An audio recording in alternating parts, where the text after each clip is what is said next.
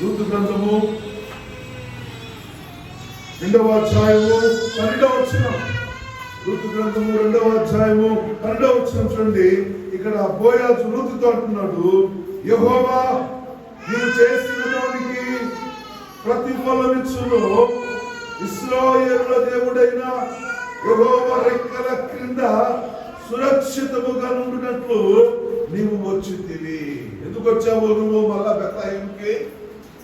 సురక్షితంగా నా దేవుని ఆశ్రయించే రెక్కల క్రిందకు వచ్చావు. యెహోవా వానికి ఆశ్రయముగా ఉండును. ఆయన ఎందుకు వచ్చే వారిని ఎవరిని కూడా ఆయన వద్దనడు, ఎవరిని కూడా నిరాకరించడు, ఎవరిని కూడా త్రోసివేయడు. నువ్వు ఎంత ఘోర పాపివైనా సరే నా యేసయ్య నిన్ను ప్రేమించే దేవుడైనా